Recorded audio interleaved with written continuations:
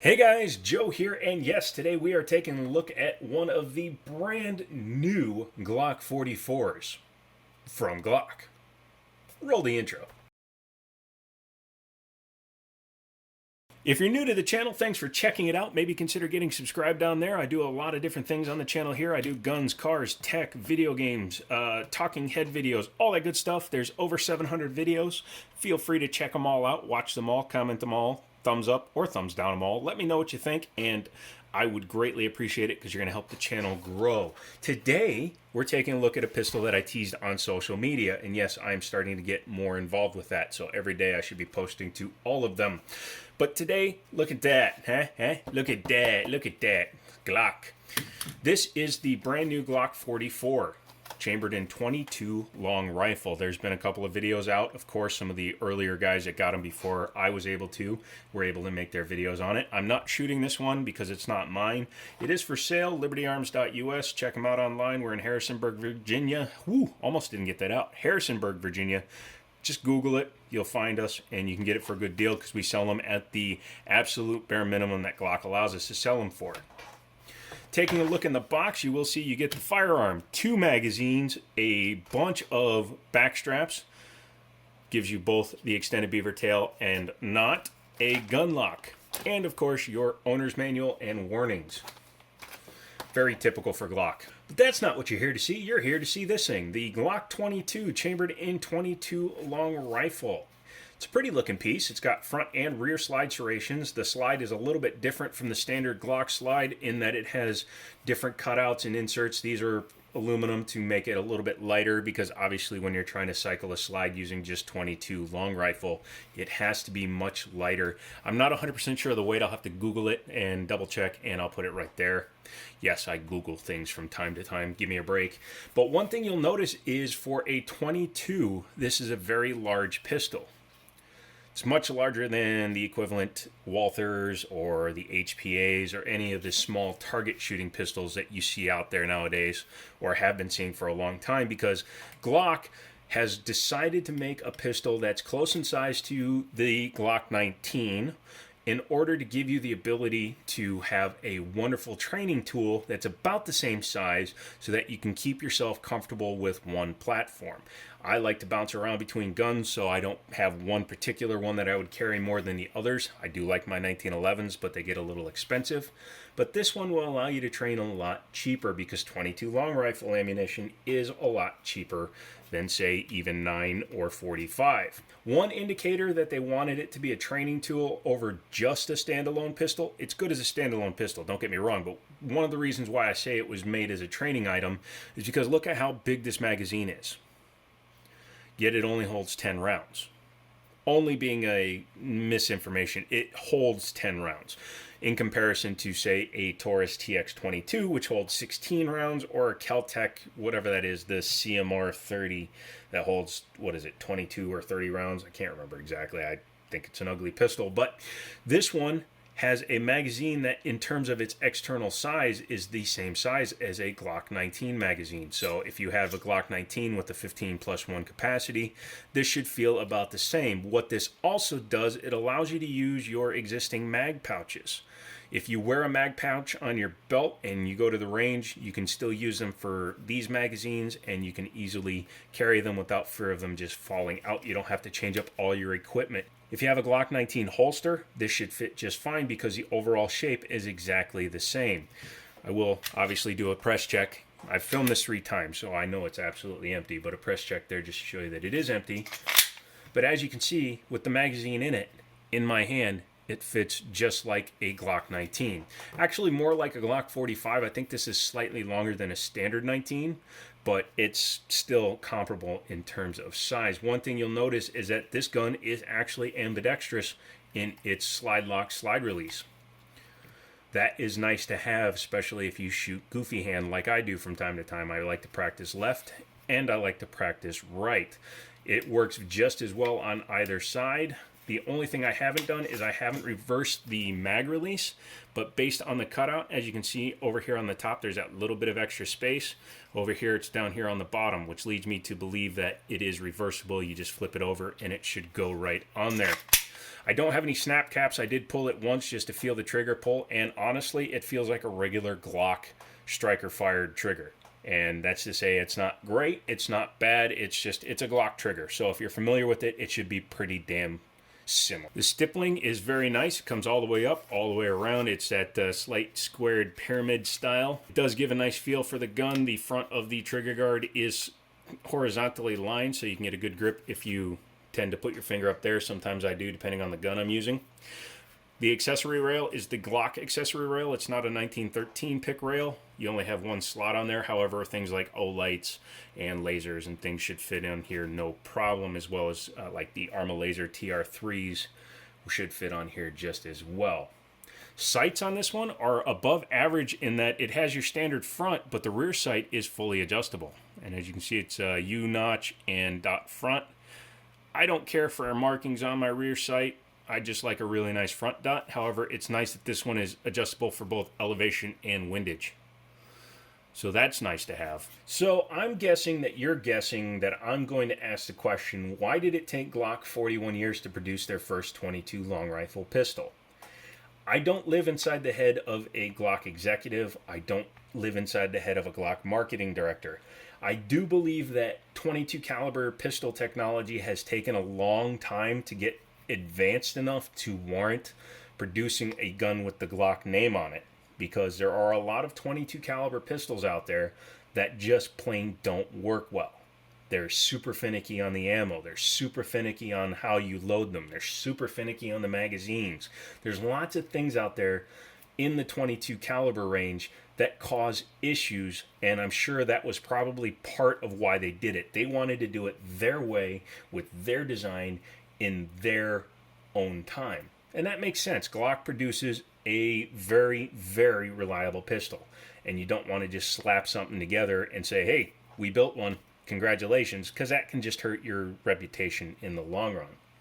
Secondly, and I'm not saying this because I've done a lot of comparisons between the two brands, but Glock and Taurus seem to be like the old Glock, or excuse me, the old Beretta Taurus kind of thing, where Beretta was being copied by Taurus in terms of a lot of its builds. Now Taurus seems to be following Glock in a lot of its work. In that respect, though, Taurus was first because they came out with the TX22 before the Glock 44 was released, and it holds 16 rounds. Up until now, additionally, there really hasn't been a lot of 22 long rifle pistols in a full size kind of a thing. As I mentioned earlier, you have your Walthers and whatnot, but in terms of a full size practice style pistol, you had things like 1911s that were 22 long rifle conversions. You also had the I can't remember what Walther teamed with Colt to make a 1911 22 long rifle, and a couple other companies made pretty bad ones, hence Chiappa with that really nasty PT92 90 whatever it was, that really nasty thing I had, which, by the way, hold on a second. For those of you wondering, that's what happens to a 22 caliber pistol when it's hit 3 times offhand, by the way, I'll mention, but 3 times offhand from 50 yards with a 30-30 Winchester. Things don't go very well. But yeah, this thing, horrible reliability. Even nice ones had horrible reliability, but this one has a special place of honor with me. So next up, and I'm sure you all know where this is going, we're going to pop the top off and take a look at the internals. First thing we want to do is drop the mag, make sure there is no ammunition on the desk, and we are going to safety check it by opening the slide, sticking our finger in there. I knew there was nothing in there, but I want to do it for your sake. Nothing in there, and drop the slide. Now this does lead to one thing that I don't really like with the 22 is the fact that this is striker fired. So the way you take it down, like a standard Glock, you pull it back a little bit, drop your tabs, but you got to pull the trigger when you drop it. Now if you push the slide far enough, fast enough, you should avoid the striker coming in and hitting nothing. But it's very bad to pull the trigger on an open chamber for a 22 long rifle. You can damage the firing pin, and we don't want to do that. So taking a look inside of it, standard double nested coil spring.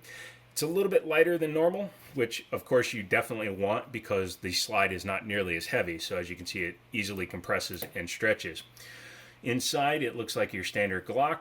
In order to remove the barrel, you just do that. And isn't that just the prettiest thing you ever seen? That's such an itty bitty barrel. Look at that thing. It's so tiny and cute. Uses a standard Browning breech lockup. Means it locks up here at the front of the breech. However, it doesn't have the big hook underneath it like the standard one does, because obviously, in looking inside the frame, you can see, number one, why it's able to be ambidextrous is because there's plenty of room inside of here for the mechanics for it. But also you can see how everything is kind of truncated and squished down in order to meet the 22 long rifle. I am happy that they still use a metal insert for the rails, even though it is just a 22. They were thinking ahead.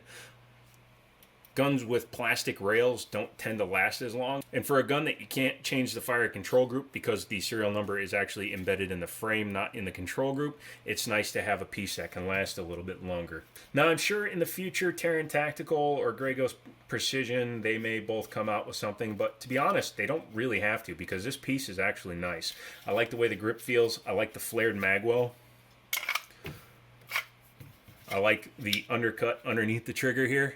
And I like the flat front. So to me, this is actually a really nice setup. The slide weighs almost nothing. This almost empty bottle of juice weighs more than this slide does, which is kind of funny. So it still uses an external extractor. It does have a drop safety or firing pin safety. It also has your standard striker in here. So when you rack the slide, it will pull this back to a locked position.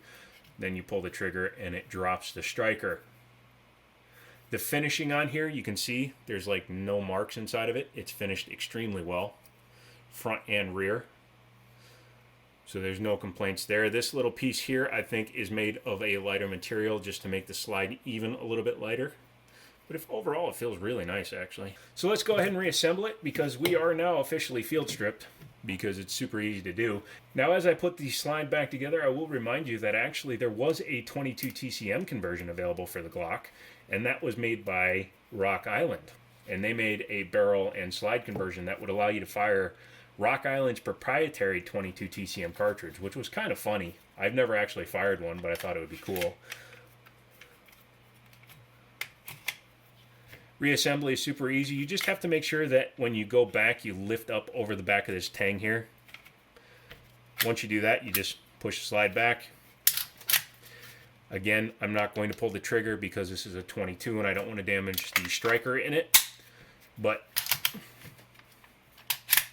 you're back in business. Overall, what do I think of this pistol? I think it's going to sell like hotcakes. My buddy already sold 5 or 6 of them last week, and he just got in a few more, and he's down to 2 again.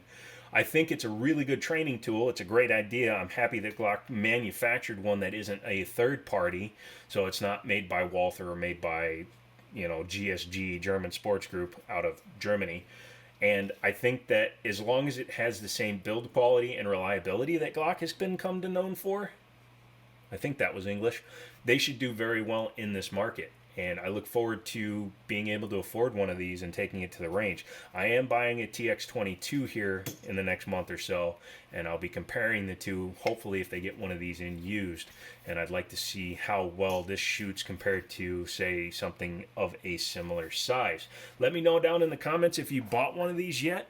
Let me know your experience, if they're finicky with their ammo, if they're shooting everything you got, or if you're having any problems at all.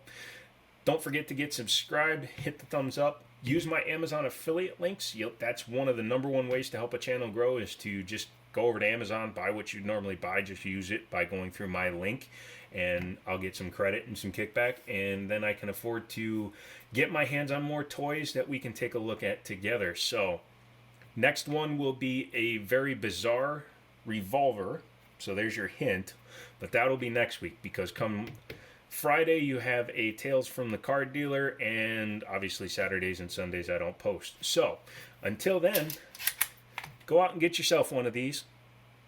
Go to libertyarms.us, Google it, find it, Harrisonburg, Virginia, order one, tell them that you got it from me, and maybe I'll sign the box if you really want me to, because we all know that my signature is going to be worth $1 billion. And as always, I'll talk to you later.